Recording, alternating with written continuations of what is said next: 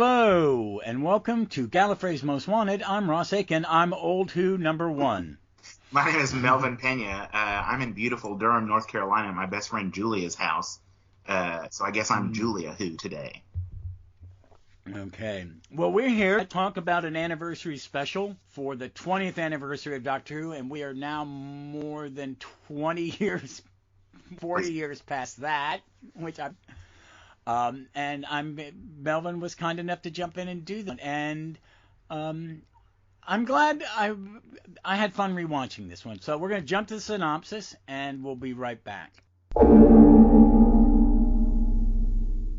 5 Doctors. Story 6K. Writer Terrence Dix. Director Peter Moffat. Script editor Eric Saward. Producer John Nathan Turner. Originally broadcast November 25th, 1983. A mysterious player gathers the first 3 incarnations of the Doctor along with Susan, the Brigadier, and Sarah Jane Smith, and then dumps them inside the death zone of Gallifrey. However, the 4th Doctor and Romana become trapped in a time eddy, thereby endangering the existence of the 5th Doctor, who has no choice but to travel to the zone with Tegan and Turlough. Meanwhile, the High Council has become aware that the death zone has been reactivated and is draining energy from the Eye of Harmony. They enlist the help of the Master to rescue the Doctor, but he too becomes prisoner of the game. The various Doctors encounter a Dalek, a Yeti, the Cybermen, the incredibly fast Rastan robot, and even phantom images of companions on their way to the Dark Tower, the Tomb of Rassilon, where they eventually defeat the Master.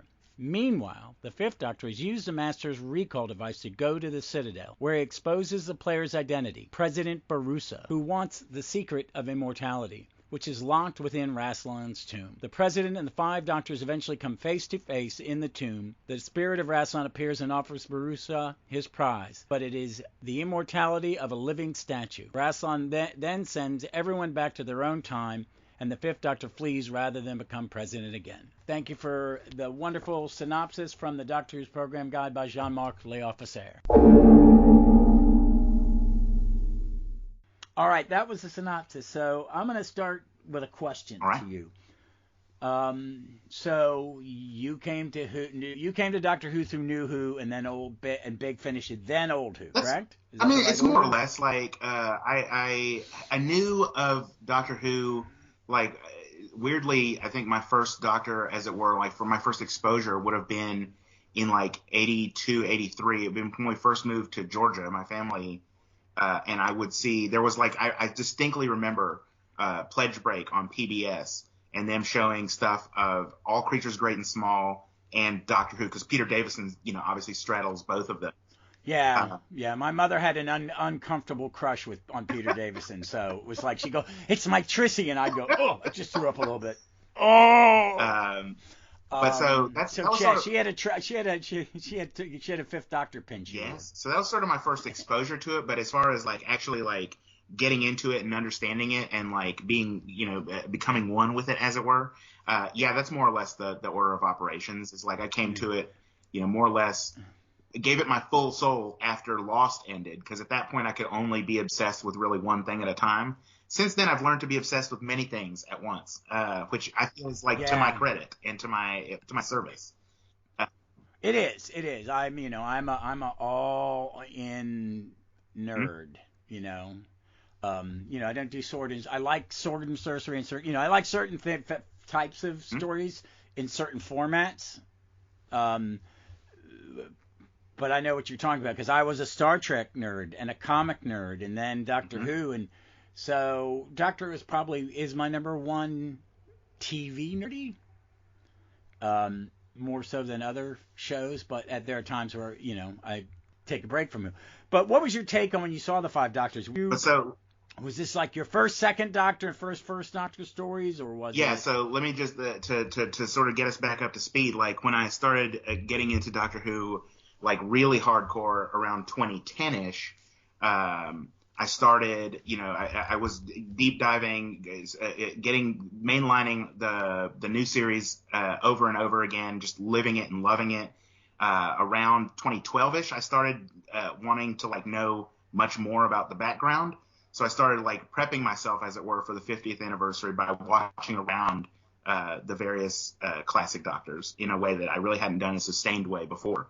And And of course, the Five Doctors is inevitably going to come up in that. So, but it had been a few years since I had seen the Five Doctors, so it was a good chance to revisit it, and I have a sort of different perspective on it now than I did the first time I watched it, I guess. That's cool. I'm the same way. And before we started, this was one of those ones where if I just wanted to watch one story, I'd kind of jump to this one because I get everybody. I remember seeing it. I remember watching it live on PBS because I was home for Thanksgiving, and it premiered it premiered here. Didn't we get it like a couple of days or like a week or so before the UK? Yeah, we got it actually on the anniversary. So, because I recorded the synopsis for this before we started, because I'm getting ready to drop The Time Monster later today. So I was like, I might as well knock it out. And it aired in UK on the 25th. It aired in the United States on the anniversary date. One, Nathan Turner, there was a big con, and he took people to it, and they showed it. There was all this hot. Nathan Turner was the one, of all the producers, was the one, because the show was slowly dying, and he didn't want it to die. Doctor Who was not his form of entertainment, but he understood its importance, and he kept it going. There's nothing it's not keeping him a job. He was really, as I've read more, he was keeping it alive because he felt it needed to be alive. And why they said, well, if you don't stay, you know what I mean, we might cancel it.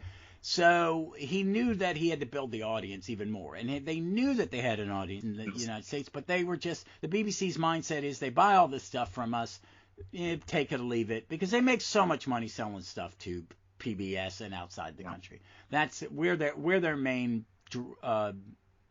customer, as it were, especially back in the 80s when you were talking about that era where we're getting Masterpiece Theater, Masterpiece Master, all these great things.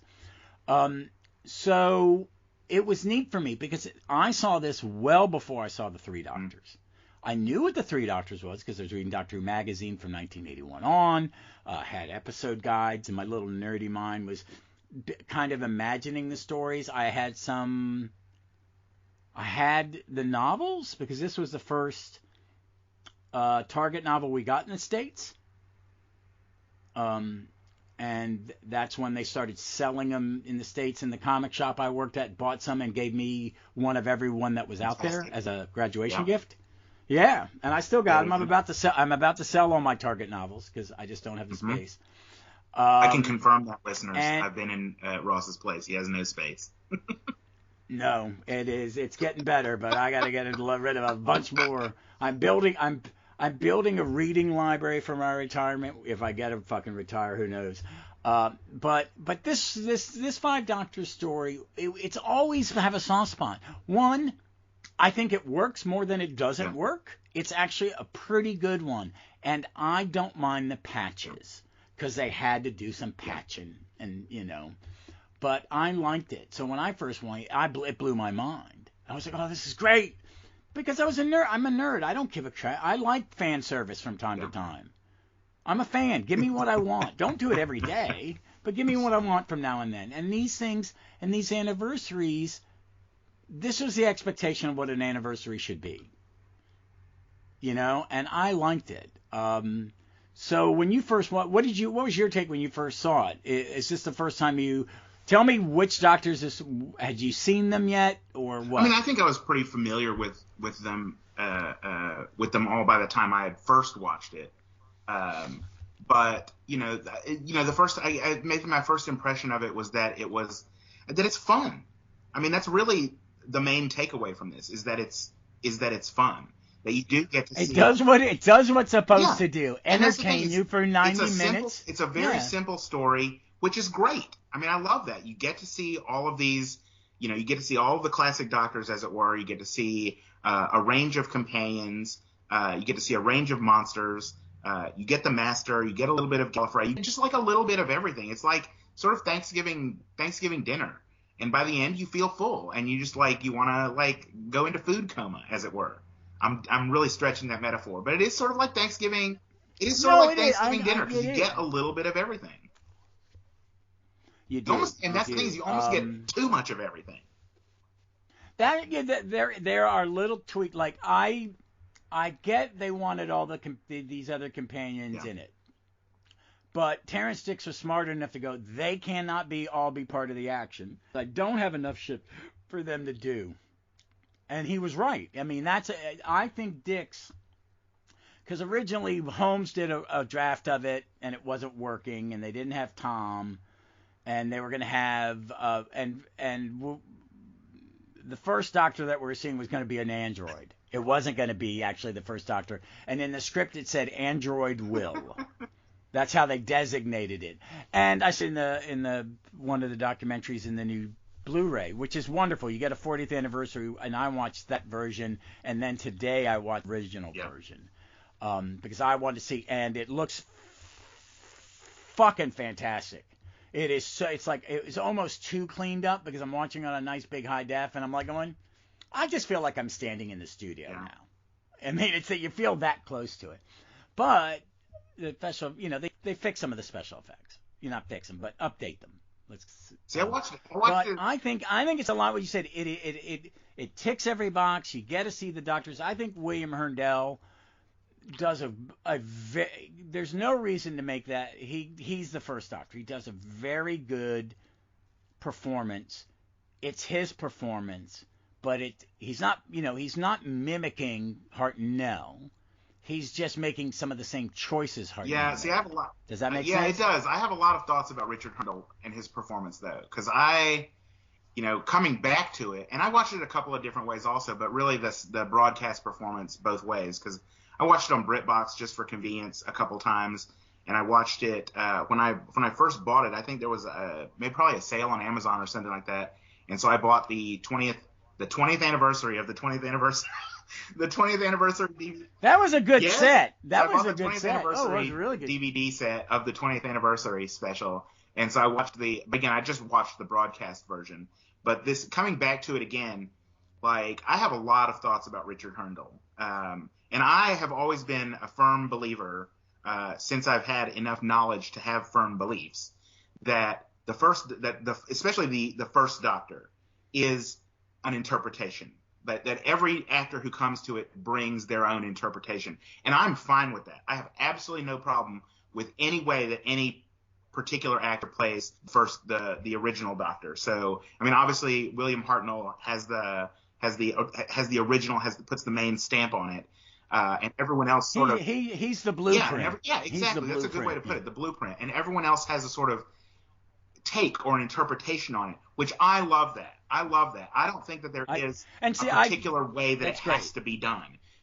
Like people will often. I mean, I love in Big Finish, which you and I both listen to a lot of it.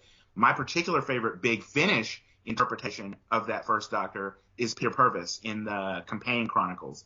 I feel like he's so good at it. But he takes it from his interpretation is sort of that sprightly, sort of impish, sort of fun. You get a lot of the laughter out of it. Whereas, and people complain a lot, right, about in the Moffat era, David Bradley interpretation, because they feel it does the first Doctor a disservice because it paints him as sexist or racist or whatever. Like, I brought that up because Herndell's is sexist. They would say this thing about her. It's because they do the same thing. They treat the women in a submissive manner. It's wrong, but it's showing you the age. And that is and that is exactly what I was going to say. Is that what Herndell's performance in the Five Doctors? And it's not a judgment from me. It's an observation. I'm not saying I didn't like it. I'm just saying Herndell's interpretation of the first Doctor in the Five Doctors is far beyond the pale of anything David Bradley did, and no one talks shit about Richard Herndell's performance. At least not in my listening to it. Do you think he does more things different than say Bradley does? I think he's more extreme in his like irascibility, in his sort of peevishness, in his the way he talks down to people. He even talks down to the other Doctors. He talks down to like Turlough, especially to Tegan. Like he more or less ignores Susan. Everyone ignores Susan, but that's neither here nor there. But yeah, no, I just wanted to point that out, that Herndell's interpretation of the first Doctor is much, quote, worse. And that's not a value judgment. It's just an like how I'm reading it. than anything David Bradley does in Twice Upon a Time. Yeah, I think you got to. That's a really good point, and I hadn't thought about it. And I like the Stephen Noonan does a really good job too. I haven't heard him yet. Oh my God, he's very good, and him and the young lady that plays Dodo really good. That there is a good Dodo story, and he's good. He is definitely in it, but he's doing an interpretation, and I'm going to touch on that real quick as being a theater person. And here's my thing about recasting. I know we have it, we get to keep it. In the old days, roles Hamlet. I read it, but I've mentioned this a bunch of times. There's a great book. It's called Being Hamlet, and it's about how Hamlet the play was acted, produced, edited, re-edited during history. Elizabeth, is he crazy? Is he faking? All things changed. And that is because, when people go, why are they adapting this for a play? Why? Because that's what we've always done. Our stories are reinterpreted. Actors reinterpret parts. It's why you remake movies, because you're going to they want to kind of go, there's a movie, a story, Cimarron, has been a Western, and both were nominated for Oscars, I think, like 25 years apart. It's the same damn story, but they're both well made. And we do that. And I like actors reinterpreting it. I think what you said about Herndel, I hadn't really thought of it that way. I think he was leaning into the received assumption as, we remember Hartnell because we haven't seen him, because we don't rerun it. He was a cranky old man. They kind of took the actor's reputation and the Peter Hanning books and all this other shit that kind of told us, the Celestial Madonna is a masterpiece. And then when we kind of reevaluate it, it's not. The Gunfighters is a piece of junk, and then people reevaluate it. Oh my God, it's a comedic present to us. You know what I mean? So I think he is. I think it's a very. I like. But the thing is, Ross, like Herndel wouldn't have known any of that stuff.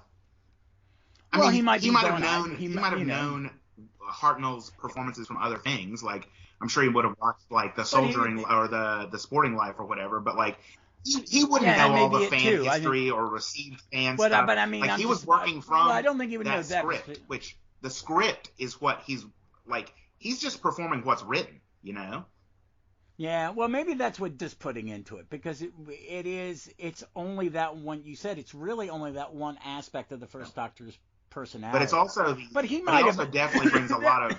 I mean, it's the attitude. That's what I'm picking up on. Is not necessarily the script, because I mean, the script, you could read the same script 10 different ways. Yeah. Inflection changes a line. Yeah, that's people kind of go. It's like back to I'll use Celestial Madonna. Celestial Toymaker. That's a comic. That's a comic. Yeah. The Celestial Toymaker. Celestial also means from space. Yes, he's drawn in wearing traditional Chinese. Well, a Brit version of traditional Chinese garb, but Celestial means let's take that as read from here on out, like for the rest of time. I don't know if you follow, there's a sociologist at the University of North Carolina called Tressie McMillan Cottom, who is a brilliant thinker. And she posted the other day thinking about like post-election stuff. And she's like, when you read stuff, you just take it as read, that we know that some of this stuff is racist and sexist and whatever. Let's just put it aside.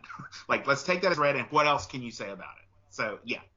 Yeah, and that's what you should with art. It's my thing about you have to judge art when it was created for the audience it was created for, because, they were all racist back there. Yes, because they didn't know better. We have to learn this behavior. Human beings are selfish fucking creatures. So we're always, we tribalize, we do all these bad things, and we should be moving forward. But sometimes you have speed bumps. Yes. And sometimes they're spray tanned orange. But yeah, I know what you mean. You gotta observe it as that. But back to his performance. I still like his performance in this. I like him with Janet Fielding. I like him with he does what the script does, and he gives I think Dix was doing some shorthand. Of course. And he's the only Doctor that. No, wait. No, he didn't write the Three Doctors. I think so. Did he? No, but he had never written. That's the only Doctor he didn't write a story for. Yeah, He but so works. and to sort of get back to a little bit, like for me, what was most jarring watching it, I probably watched it 10 times for this particular podcast recording over the last few weeks, just to like, I don't know. Well, it's fun and it's easy to watch, which it's a joy. It's a joy to watch it as many times I've seen it because it's easy to watch. Sometimes I can have it on in the background. Like other times I'll sit and take notes on it. But one of the things that I noticed this time in between watches was the difference between the fact that you get that clip from the Dalek, is it the Dalek invasion of Earth or the one where It's Susan it's the final the speech scene. where he It's the his final speech to Susan. But so you get that as the sort of kickoff of the episode. And the fucking great idea. It was such a good idea. Well, it's really jarring to me though, because watching it back again, the performance that Hartnell gives in that intro clip is so different than what Herndl does in the rest of the episode.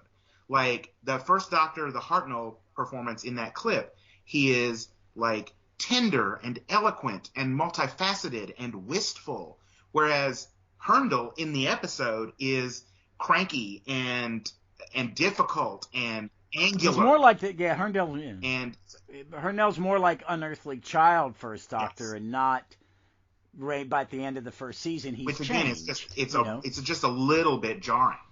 But that's again, I just wanted to put that in there. I think I love it because that was the first bit of First Doctor on film I'd ever of course, seen. Because we hadn't seen it. Yeah, of course, it's beautiful. But like to contrast that sort of eloquent style with Herndl's interpretation, which is sort of blunt and buffoonish and almost boorish at times. Again, I just wanted to bring that up. And I like this performance. It's a good performance. It's just a bit jarring again compared with what you get to lead off the episode. Yeah.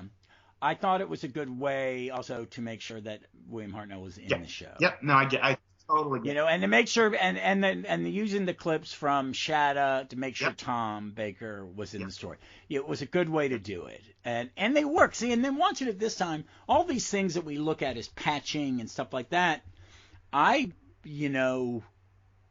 want to give Terrence Dicks a lot of credit for. This is still 41 years later. Wait a minute. It'll be 41 years in a couple weeks. Probably before this. Yeah, that's crazy. Because what we're recording it, this probably won't drop until that Thanksgiving weekend. That'd be sweet. It would be. I might have to drop. I may have to drop it on the 23rd. It just. I gotta look at where I've still got 2 and I got Deadly Assassin. Now, hold on, before we go forward, I sort of want to address and get your thoughts on because he really isn't a part of the actual story about the Tom Baker, because you just brought up the clips from Shatta, how you thought that worked out in terms of inclusion, like just having him there, like how you think it affected the story. Like for me, I think it's fine. Yeah, I think it's fine. I think it's better than not having him, or better than doing something else. You had this footage, it works. I think I'd have to really kind of pay attention. I think they kind of tweak the edit a little bit in some of the special editions. But that whole scene on the boat and the punt, you get what you need from him. You get his wit, his charm, his interaction with Romana, and it's good. And it's funny because he's a funnier Doctor, a little more comedic. And you get that burst of energy when he rolls under the fence, because it's the only running thing where they could kind of put him. I thought it made perfect sense, and it works. It gets him in it. You end up having all 5 of the actors in it. My biggest uncomfortable thing is when they do the publicity shot with that creepy fucking wax dummy. Hi, the look on his face is I've just touched your cooch. I've just touched your swimsuit area without your permission face. I do not understand why people go to Madame Tussauds. They look like the sexual predator version of the person. They all look fucking creepy, man. They all beady. They're just, and they don't look like the people. Speaking of which, I think we're sort of in the Tom Baker and Lalla Ward sort of imperial phase of their relationship at that point. When that clip is, I think they like each other. Well, the thing is he's talking about like the like you've got the punt and the pull and a strong pair of hands, and I'm like, dude, this is a little bit erotic. Oh yeah, I didn't even think about that. Oh yeah, and he was thinking that because he had a dirty little mind. But Oh no, that makes perfect sense. I think it's yes, fun. I think it yeah. works. I think the thing that makes this story, I want to give more kudos to Terrence Dicks because no one is under the person who's Well, hold on underserved before the most yeah, well, is before we go Turlo. there, I just need to say my piece about Tom Baker because I think that this was the perfect way to include him. I think this was the only way to include him. I think if he is in the story, he's too big.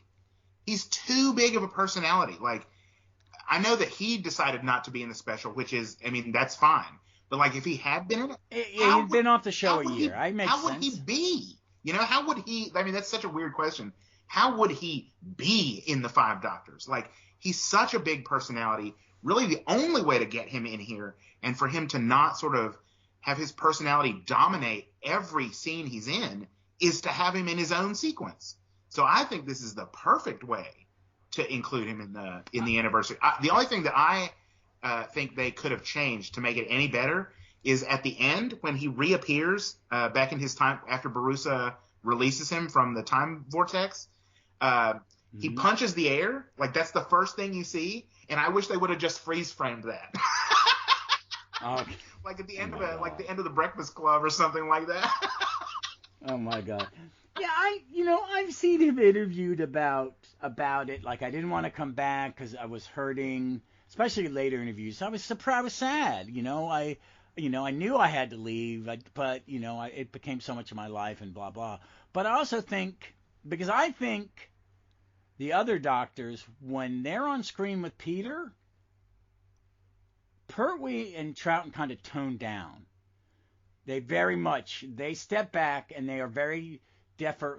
I can think that, and I think Terrence writes it that way, but they really kind of let Peter be the focus. From the other side of that coin, one of the things I noticed watching this again for this is how generous an actor Peter Davison is. Because when he is in scenes with part of it is that he's on Gallifrey for most of the story, so he's not even involved in the ongoing action, like as sort of like the hero of the story.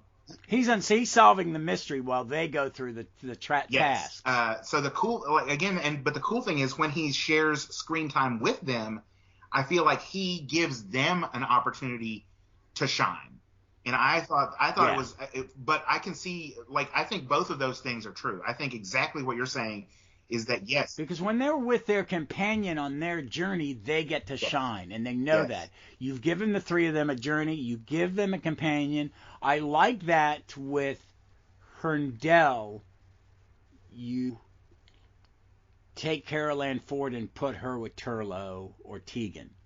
And you give that doctor Tegan as his companion on the journey because it isn't William Hartnell and her. Yeah.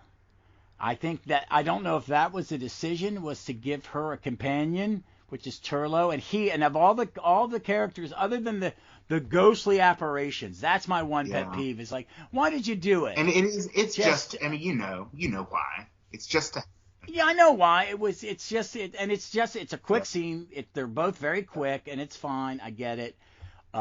Because I think if Tom had been available, he would have been with Sarah Jane. Troughton would have been with Jamie, and the Brigadier would have been with the Third Doctor. But we don't know. I mean, I'm thinking, what would you have done differently? You definitely would not have brought back Lalla Ward at that point. Because one, she's not going to do it, and two, they don't want to be around each other. But you were going to say, before, sorry I interrupted you. You were going to say who you thought was most underserved, and then I'm going to take my turn. It's Mark Strickson. He really is. He's the companion who's asking questions. Because in the scenes with him and Susan, I think they give Susan more to do to say she's the Time Lord, but they never take advantage of that, and that's a little bit of sexism. Yeah. I mean, I can. Yeah, they still treat her like, the frail woman. She is a Time Lord. She knows this stuff. She's not a child anymore. I would like to have seen them give her more to do. So for you, would you say then that makes Turlough your least valuable player in the Five Doctors? Yeah. You say he's underserved, but is he? Because for me, the least valuable player is Susan. I mean, without a doubt, like by far. Well, I don't think she. She Well, seems to be. She literally seems every moment she's on screen seems to be miserable. She seems to be having a bad time. And there's something with that.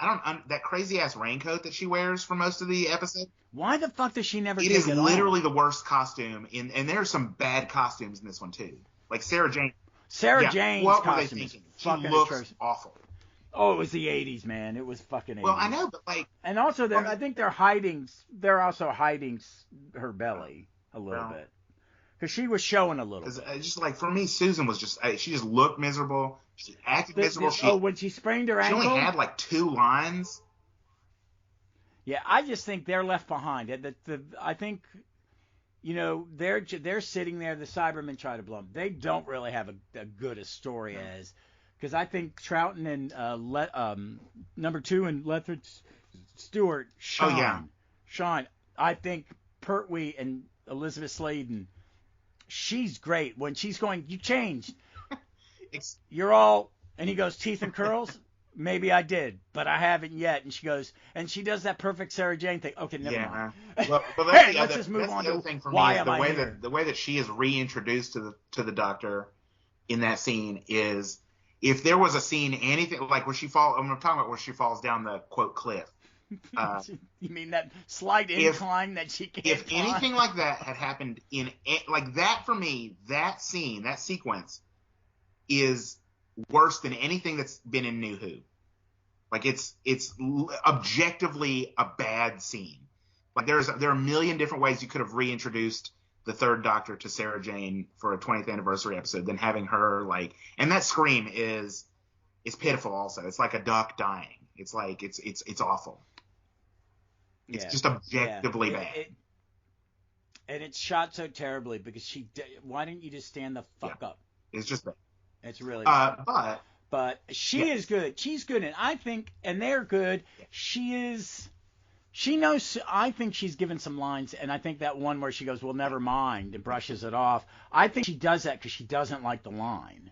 Too. This is not Sarah Jane, but she's very Sarah Jane in the jury. She's a little more too companion-y. Yeah. But that's because of who she's paired with, and I think that there's that being paired with the Pertwee Doctor, like he is very patrician. He is very sort of condescending. And I don't say that in a mean-spirited way. Like he has a certain demeanor, and she sort of slots right back into the kind of relationship she had with him, because I feel like she does change and get more assertive with the Tom Baker Doctor.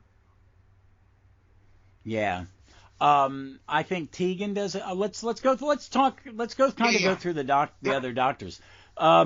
Let's start with Troughton. I think Troughton I think he's great. Yes. I think he is right in it. It is, and I'm not a big fan of the 2 doctors when he comes back again. Because I don't think acting is much really like the second Doctor all the time, like he did when he was the Doctor. I think it's a little broad. He's even a little more broad.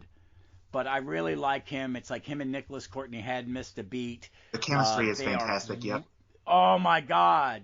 And then the Briggs like, I'm retired. I do not want to die in a fucking cave. Is his attitude like? Will you? If anyone would I lie to you? Would I lie to you, Doctor? It's the Brigadier.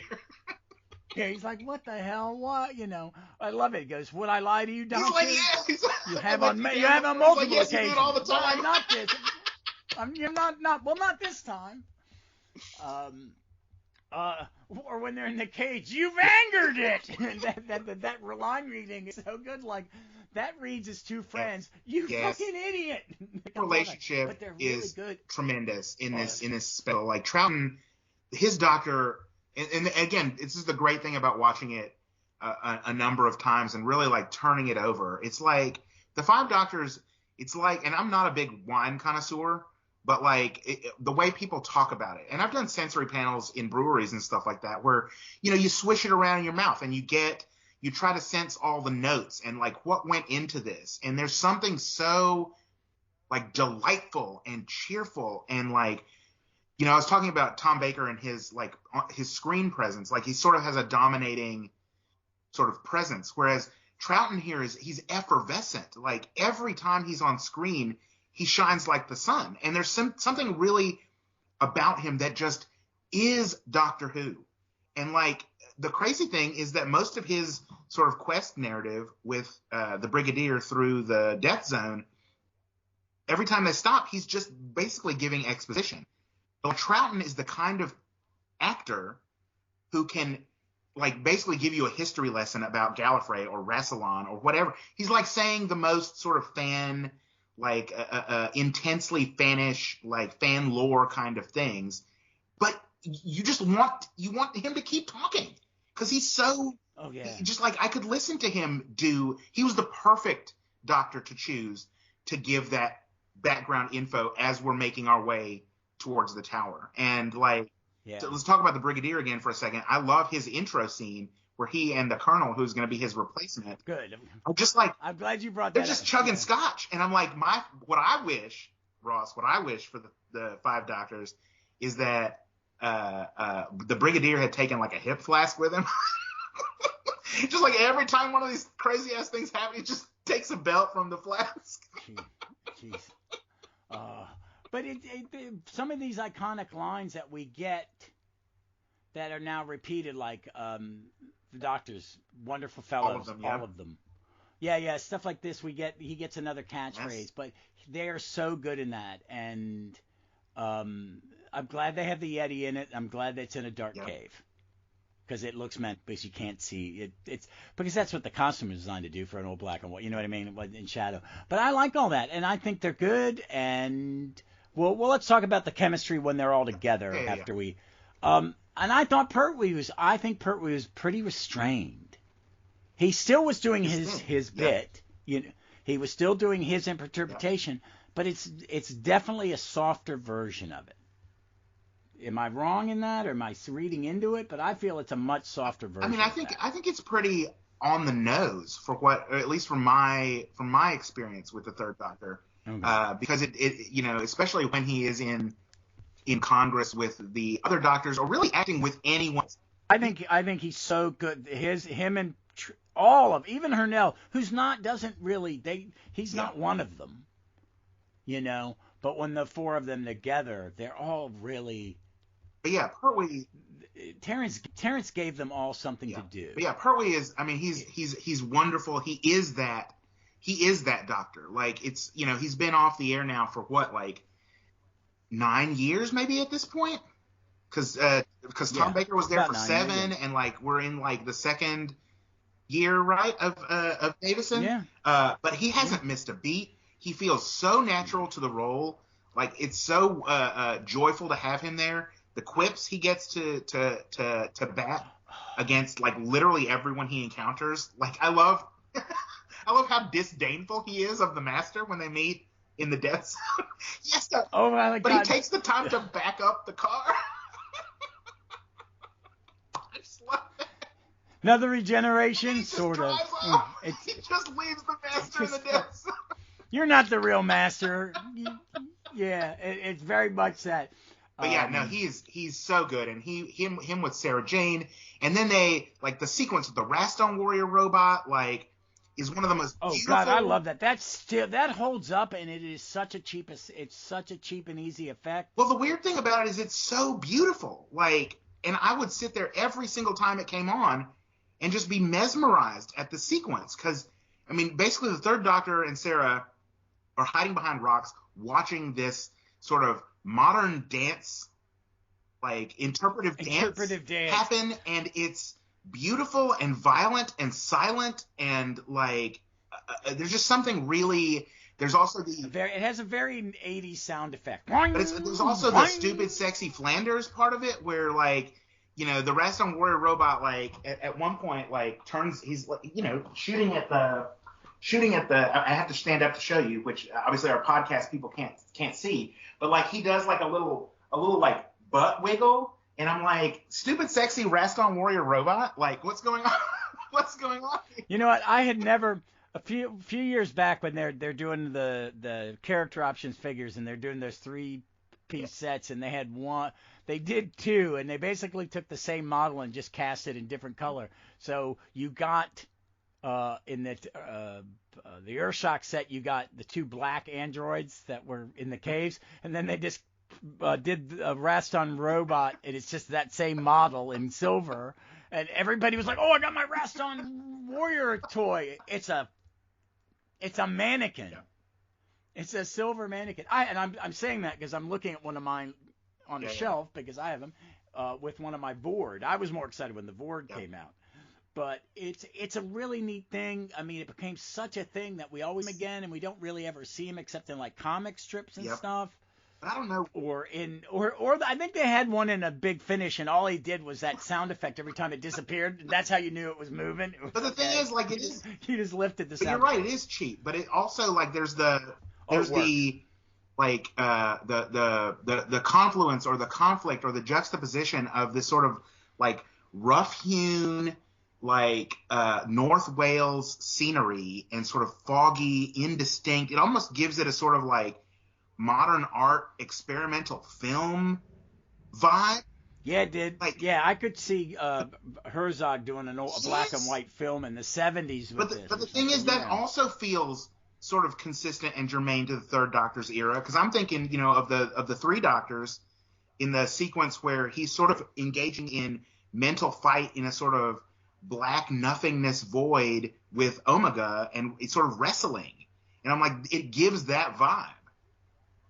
Yeah. I think it's also I think the movement, and I'm assuming it's a dancer. They hired a dancer or somebody somewhat trained in movement. That the Raston robot is got that weird fluidity, and it jumps and it disappears and reappears, and it butchers some. Oh my God! It's very hard, very graphically. Especially like when he's done the dance, right, and he's thrown his javelins, and then the last thing you see is him like beheading a cyber. Cut off a head. But it's also elegant. I love that part. I think I think it all looks good. I mean, this one using that mountain, they're on a mountain somewhere. Yeah, it's a bunch of like stuff in scattered around North what Wales. they call a mountain, and if you're an American, you're going, it's a hill. You and me live near the Appalachian, and they're not that big. I've seen the Rockies now; those are mountains. The Appalachian are mountains. But I can walk up an Appalachian mountain. I ain't trying to walk up a Rocky mountain, but I don't think I'd break. Well, I'm 60. I would break a sweat walking up that hill. But there's a little bit like when they have to. I think the updated special effects fix this is when him and Sarah Jane have to like slide down the wire. I thought that looked pretty good. It didn't look too bad. It was good then, but the special edition one, especially in the more modern one, when they're inside Rathlin's tomb, it pans down from like 100 feet up and down. But it's still this very small square at the base because they're in a fucking tiny studio. But it looks good. I think the sets are great. I think the Gallifrey stuff works and the cave. Well, that's the other thing before we move on is the I was thinking about the swagger of the Raston Warrior robot. I mean, the guy knows he's good. You know, like there's he does talking about not breaking a sweat, but then the swagger of the Doctor to go into the guy's cave and steal all his shit. I'm like, he's right behind you, and you're literally just stealing stuff out of his cave. I know, because it's the Third Doctor. Don't give a shit. I like the Third Doctor. I do understand why people say he's a little patrician. He's really rude to people, especially to Joe. But I think he's not being rude. I think he's just because he always feels sorry. But this is the thing, Ross. That's his character. It's not a value judgment, and that's one of the incredible things to me about the 5 Doctors is just how distinctive each of them is.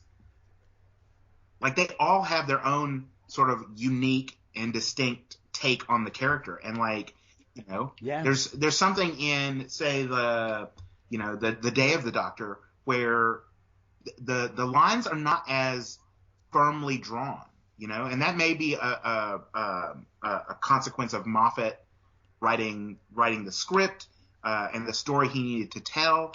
But there's much less sort of differentiation between the War Doctor and the Matt Smith Doctor and the David Tennant Doctor in the Day of the Doctor than there is here. Here, you know who each Doctor is. They have Yeah, they're I think so yeah. distinctive, and I love that about it. There is a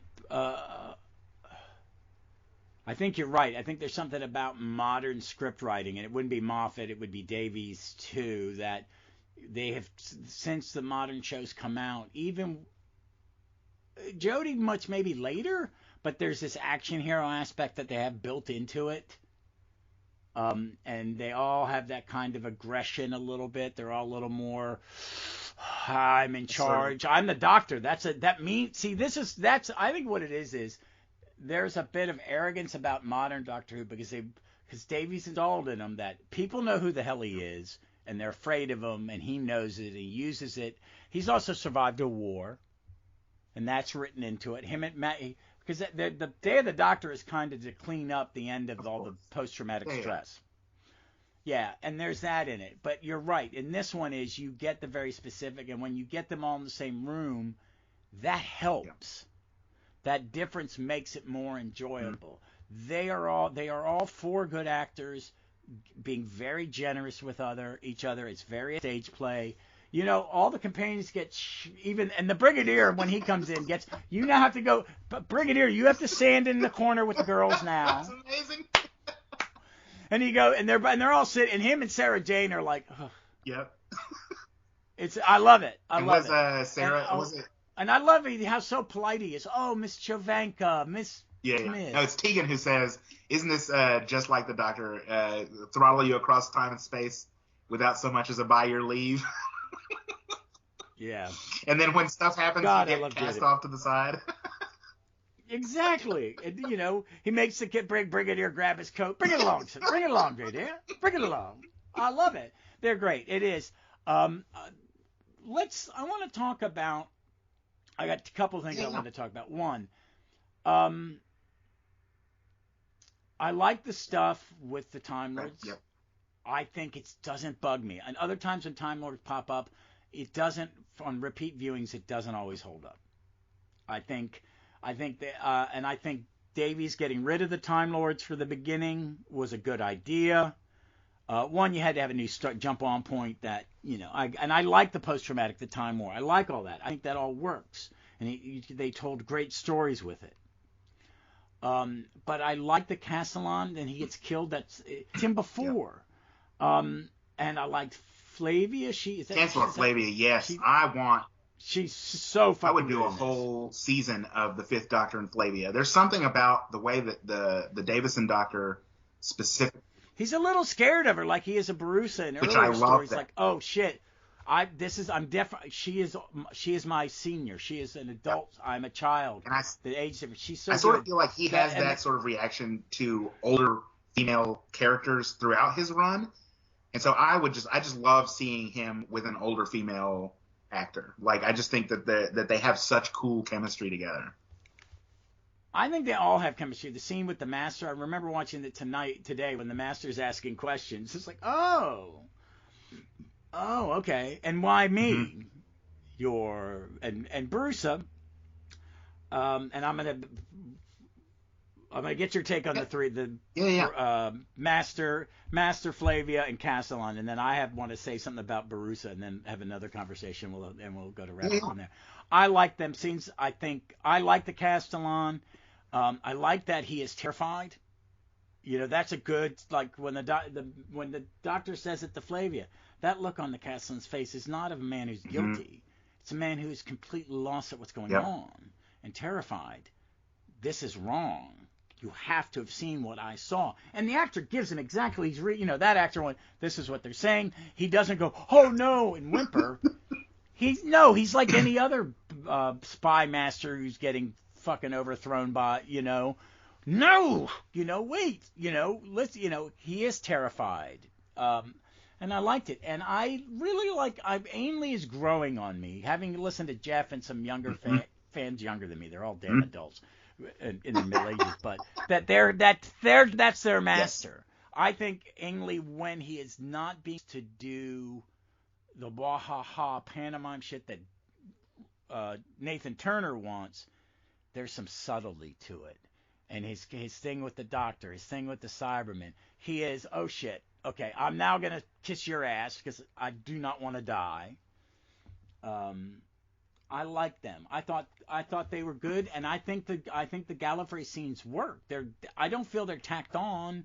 I don't feel they're info dumps, even though they are info dumps. Yeah. So what did you think of that? I loved it. Let me get started with turn to Ainley for a second. Ainley is terrific here. Like, he is terrific in this, like from start to finish in this story. Like what you were saying earlier about Pertwee, actually I feel applies much better to Ainley in that this is a very controlled and conservative performance from Ainley. Like from the minute they bring him into the story, and he is taken aback. Like, wait, you want me to go rescue the doc? Like he's just intrigued. He's being washed over in irony. Like, don't you all see how ironic it is? Maybe we should teach hipsters what ironic means. This is ironic. But he definitely makes the most of every moment he's on screen without. But he doesn't choose scenes. Without exactly what you're saying. Exactly. Like without taking the camp factor to the extreme, which he can do from time to time. It's a really. When instructed to, he's a very good actor. He does what he's told. I like that. It's a really measured performance from Ainley. I think that, and he's got some great lines. I mean, he's very devious and self-serving, especially as the episode goes on, and he realizes that maybe he can turn this to his own benefit, which again I feel is a very master thing to do. Oh yeah. But I love Ainley in this. I love the Council of the Time Lords, which was I think probably more to your actual question. Like I feel like much like the Doctors. The Castellan, Flavia, and Barusa all have really well-drawn characters. So you know who each of them is, even though you don't spend a lot of time with them on screen. I really love the guy who plays the Castellan. I thought he was quite good. I love Oh No, Not the Mind Probe. And as far as the Gallifrey plot stuff goes, I don't feel like it's tacked on. I feel like we get a lot of political intrigue in a very compressed way that doesn't feel forced. And it's better than the other political intrigue, some of the other political intrigue we will see in Gallifrey stories afterwards. Yeah. And even before. I just did The Deadly Assassin with Dave Steele from Earth 2 podcast and the Power of 3 pods. He's on that a bunch. And how you don't mind the Gallifrey stuff in that because you got good actors playing good parts, doing good things, and it's awesome. And there's also and it works, and it works here too. Now, what's your thought? Because I'm going to change. What I was going to say is that because it is a compressed story, and because you have to do a lot of stuff in a short amount of time, I love the brazenness of the moment they take the Castellan out in the hall to have him, take him to the mind probe. That the assassin kills him within moments. Like there's a real brazenness to the way that Barusa is playing out this scheme, which I mean, obviously we learn towards the end it is his scheme that is in motion, that is that we're dealing with here. That basically the plot of the Five Doctors is Barusa wants to gain immortality, and he's going to use whoever he has to in order to make this happen. And like the closer he feels to achieving that goal. The sort of, again, the more brazen he feels he can be. So, like, I love the fact that it may seem plot convenience to kill the Castellan immediately, but, again, I feel like that is showing I think it works. How ruthless and how quickly Barusa is moving here to try and – I mean, he realizes that he could be up here any moment now, which is, for me, the weird thing about keeping the Fifth Doctor there in the Citadel while all this is happening, because you'd think you'd want him – further from the action, but I think part of it is plausible deniability on Barusa's part, and I feel like part of it is also like he wants to be able to keep his eye on one of them in case he needs him for like the similar thing, like you need a pawn to sacrifice. Yes, you do. Hey, and I want to. Yeah, I love it. I love all the Gallifrey stuff. To answer your question. Now I do too, and I just want to. This is 2 episodes in a row I have to talk about Barusa. I love Barusa in Deadly Assassin the first time we meet him. My problem with it is they keep changing the damn actor. Yeah. You know what I mean? And this guy is my pet peeve on this is why did it have to be Barusa? I think I know that the whole thing that, like, how are these, and also the problem with Gallifrey, a lot of it is they get more powerful and more despotic. They've got to be the bad guy. They got to be the bad guy. They got to be the bad guy. It's like, it's lazy.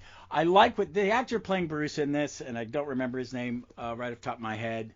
I think he gives an incredibly good performance. Ross, it's Philip Latham. Philip Latham.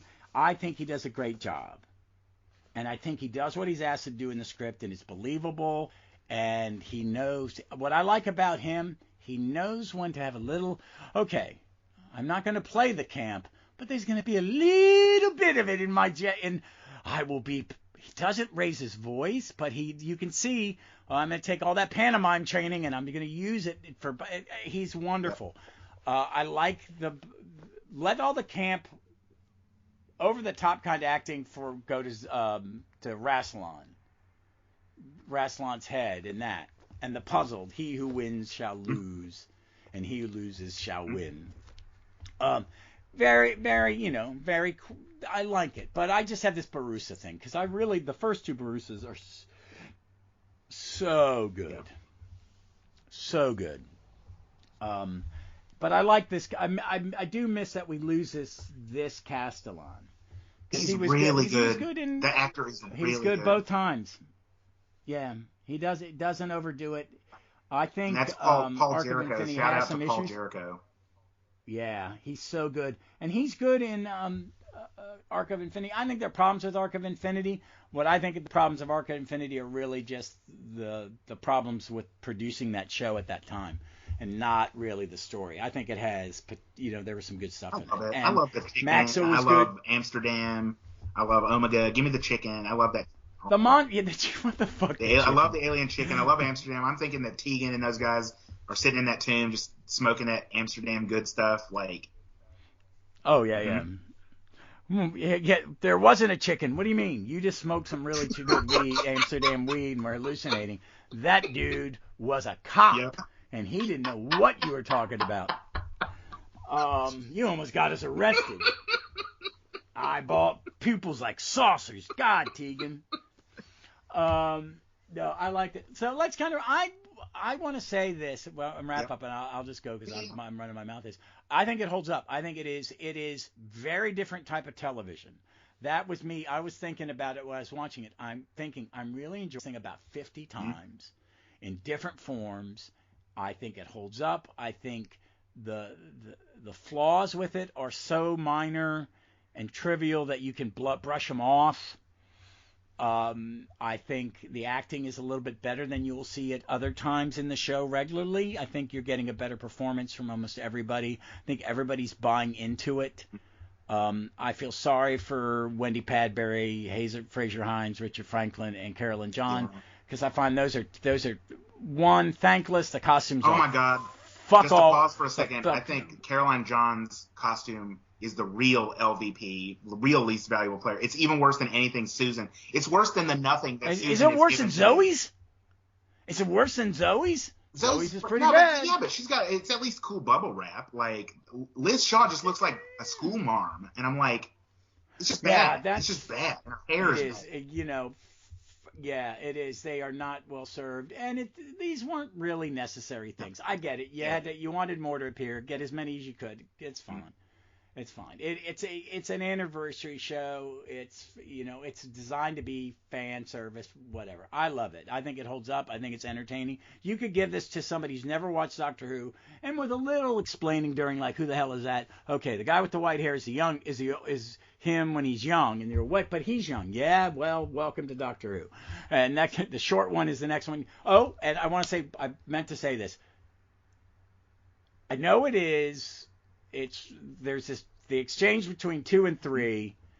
Oh, fancy pants, Scarecrow. I love it. It works. It's Terrence Dicks reusing a line, and it's two guys going, "Yeah, fuck you." For guys that are probably friendly. You know what I mean? Because there was a little tension in Three Doctors because Pertwee is not an improver, or they're different type of people. different type of actors prepare Yeah. differently. And plus, he was the star at the time, so like you can feel a little bit of it as well, of him having to share time. And I think they both learned from that when they came back, Yeah. because they are very deferential to Peter. It seems it feels that way to me. So I think it holds up. What's your take on it as? I mean, I love it. We barely talked anything about what happens in the Tower of Rassilon, but I love how A24 sort of goth horror it gets. Like it's a wonderful the weird set. faces on the contorting faces on the side of the tomb. I thought that's a great effect. Just put them, make a polymer mask of of them in the costume, and then put them behind it. It's so ghoulish. It's just so. Have you ever? It's so weird. It's so goth and so like. I love that Doctor Who like gets really weird and occult in sort of this particular sequence.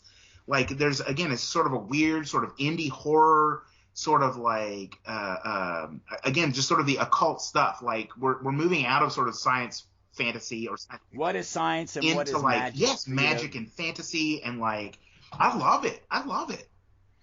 Oh, I had no problem with it. I like the whole thing. Why would you want to live forever? Yep. Well, I mean, that's the other thing. Is you can 100% see there's almost a sort of, torture porn, like, prophecy here where they get in and, like, you can almost hear Barusa saying, do you want to play a game? Like, Jigsaw in the Saw films. Like, there's a lot at stake here in a really, like, twisted way that you don't expect from that you don't usually get from Doctor Who. Like, even the Master, as sort of, like, Byzantine and needlessly complex as his plans get, like he never tries to pull anything as like ridiculous as Barusa. Like I'm gonna invite all 5 doctors and the Master. I'm gonna pull some enemies, put them all in the death zone, shake it up so that I can get immortality. That is the most insane plan that you can possibly imagine. It is. It is so Doctor Who. These really bad villain things. I think it's great. And in like the 40th anniversary DVD Blu-ray version, they pan down so it's even more gothic. It goes up into these spires with gargoyles and it comes down. And then all of a sudden you just realize they're in a tower, because it's a tower.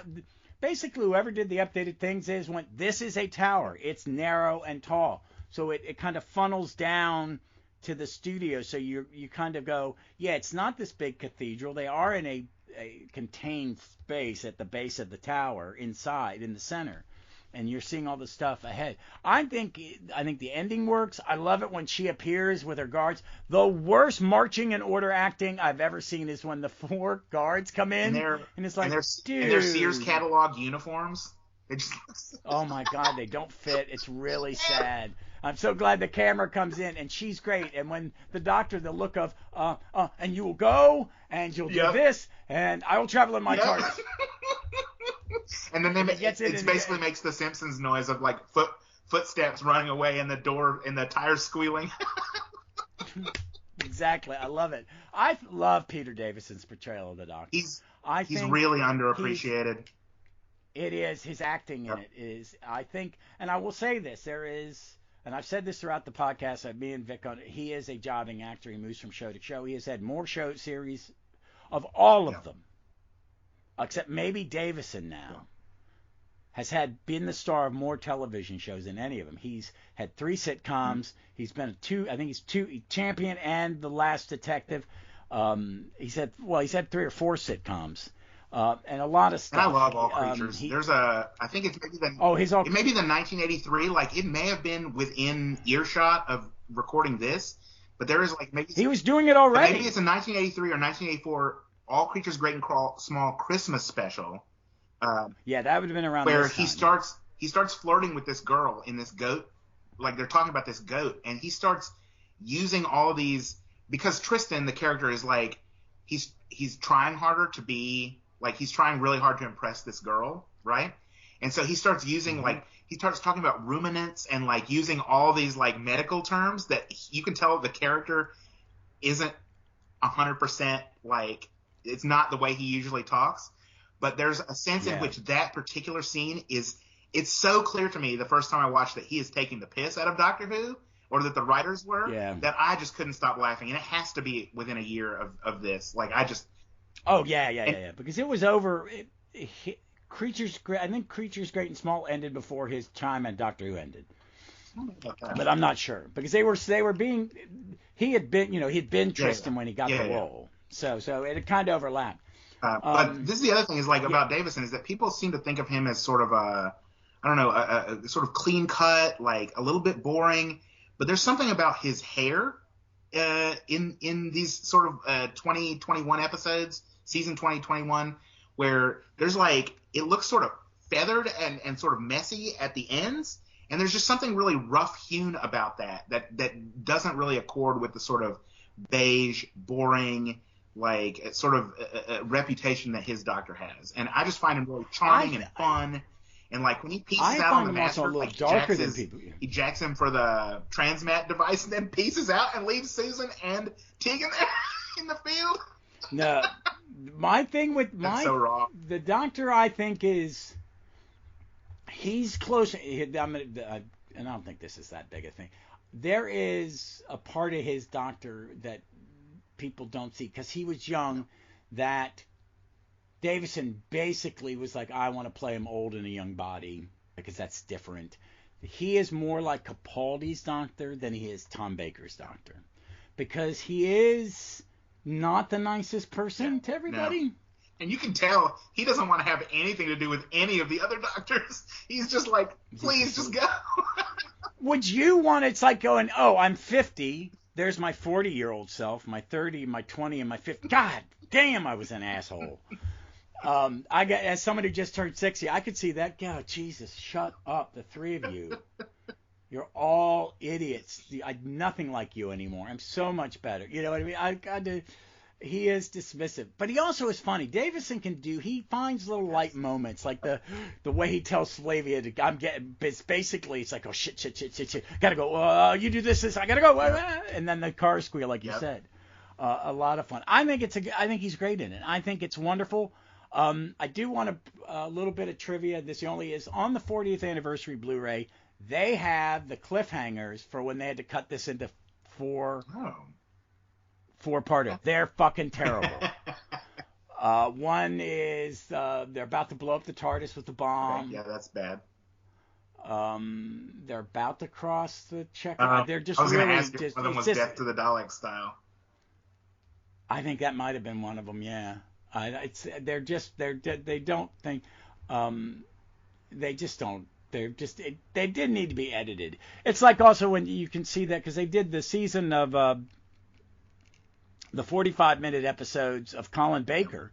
Those had to be trimmed down to 25 episodes when they were sold to America.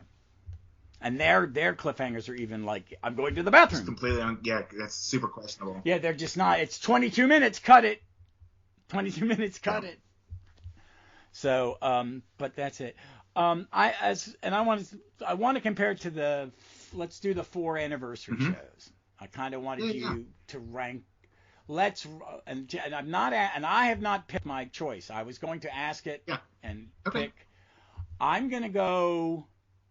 What's your 4th favorite? We'll go backwards. What's your 4th? Your least favorite of the 4? That's 10, 20, 50, and 60. But the names of the episodes, please. 3 Doctors, 5 Doctors, Day of the Doctor, and what is the name of the poo? God, it's new and I don't know it yet. Shooties. Oh, it wasn't the Power of the Doctor, was it? No, it was wasn't the Giggle. The Power. Was it? Yeah, the Giggle. That wasn't. The Giggle. That wasn't an anniversary show. I mean, I guess it was all 4 sort of of. Okay. That was if we're going to include if we're going to include the. Do we add the Power of the Doctor? Well, so that's the thing. That's the question. Is like, is it going to be? Do we want to? If we're going to count the Shooty, then we got to make it the Tennant Shooty season. Those 3 episodes. The Giggle, the Star Beast, and because I feel like that's all one sort of story. And the Giggle's the last one. Yeah. So it's the Star Beast. So we'll add that 3-part story. It is a 3-part story. We'll consider it a 3-part story. Okay. So the 60th, do we add Power because that's the 59th? Yeah. I mean, we might as well. No, let's. I don't think that's an anniversary one. I think it was aired on anniversary, but it's not an anniversary special. Yeah, and it's a bit different. So let's keep it to the 3, the 5, and the day. Okay, that's fair. So I think my least favorite, and this is going to be controversial, is the 5 Doctors. I think I like the 3 Doctors more, just because I'm going to agree with just you. because it's a sort of more coherent story, and I love again, I cannot get over the Pertwee Doctor wrestling with Omega in a void. Like I want that all day. I want that all day. No, I would, as much as I love this, as much as I've gone to, my love of the 3 Doctors has grown over time. One, I found Jo Grant has grown on me more and more every time I watch her. She was not a favorite companion when I first saw her because Sarah Jane is my first companion. Yeah. And I never saw them as equal. I do now, very much so, because I really understand her performance. Seeing Katie Manning speak, and she is not like Jo in a lot of ways, but the good parts of Katie are in Jo. Mm-hmm. So I like that, and to know that and I love Kate. Once I found out Katie Manning referred to Judy Garland as Mama because her best friend is Liza Minnelli, and Liza's the godmother to her children. Yeah. I went, wow, that explains a fucking lot about why Katie Manning acts like she does, because she's a little quirky actress, and she, her lie, I get it. But it's just it's more it's better produced. They're allowed to do a little bit more. I mean, there's some of the later 80s stuff gets really boxy in the way they're forced to film and stuff, and that is just the nature of BBC production at the time. But I agree. 3 would be 5, and what would be your number 2? So I think number 2 would be the Day of the Doctor. So because number 1 for me would be the 3 Doctors, and then the Day of the Doctor, and then the third place would be the 5 Doctors. I'm flippy on that. I do think 60 is. I think what he was forced to do by creating the War Doctor and replacing Eccleston. And not using Paul, which was at one point one of the thoughts, and then the producer said, no, he's not famous enough. It's like, crazy. What the fuck are you talking about? But then, that's stupid. But then, of course, he did get the Night of the Doctor. Yeah. It goes a long way. It goes along because it's its own thing. Yeah, and I'm glad we got it that way. And I don't mind. I love John Hurt as a War Doctor. Yeah. And I think what makes that, for some of the flaws with that it was a little overlong. Some of the comedy was a little much. There was, but I know they wanted to keep it light. But I just think the 3 of them together, it's terrific. Yeah, it is. Especially when they first meet. Granddad and Sandshoes. They're not Sandshoes. Yes, they are. What are you gonna do? Build a cabinet at them? I love that too. Yes. I also want to make clear to the listeners out there that I hate ranking things, and I love all 3 of these. But since you asked. Yeah. I'm not. I just want to kind of see, because and mine change. It's like I don't ever believe in a firm list, and that's why when I ask it, I don't ask for any prep. Like if I do it, you haven't done a season with me. Well, I'll have to come on and cover a season, because what we'll do is we talk about each one, and then at the end we have to pick in the order backwards. Because me and Jeff did it on season 7. Was it 17? And we both picked Creature of the Pit. That's cool. Yeah. That season's got some turds in it. I'm not a big fan of Nightmare of Eden. Yeah, but all right, so that's it. Okay, time for recommendations. Is there anything out there in the world that you would recommend to? Yes, absolutely. I've been thinking ever since I first started rewatching The 5 Doctors that I really need to go back and revisit Eddie Robson's Big Finish story, Time in Office, which deals with Peter Davison being Lord President of Gallifrey, and Tegan sort of tags along, which is. Oh, I love that. I love that one. It's and it is ridiculous, and it is. And Jalala, not Lala. Louise Jameson's in it too, isn't she? Yeah, I love that. Fantastic. So I definitely recommend, if people haven't heard that, to go listen to Eddie Robson's Time in Office. I've been really lucky also these last couple weeks. I have really needed connection, and I've needed live music, and because I mean, who knows what's coming? I don't, but to go see my favorite band, Flock of Dimes, and one of my other favorite singers, Heather McIntyre. I've gotten to see both of them. I've gone to, this is crazy, Ross. I don't even think I've ever done this at the height of my powers. I went to 6 concerts in the last 7 nights. And it was absolutely healing and wonderful. And I can't recommend live music, especially in sort of like intimate spaces, more. I can't recommend the music of, like I say, Flock of Dimes. Jen Wasner from Wye Oak also is another one of her bands. And Heather McIntyre and her former band Mount Moriah. Like it's stuff that I need right now. And again, I'm grateful for you calling me on to talk about the Five Doctors, because it's past time that we sat down and checked it out. Yeah, it's been a while. It's been a long while. We've done a bunch together. That was like, I got to make sure. Yeah. I appreciate you coming on. I'm trying to figure out. I have my suggestion. I cannot remember the name of it. So I'm leaning.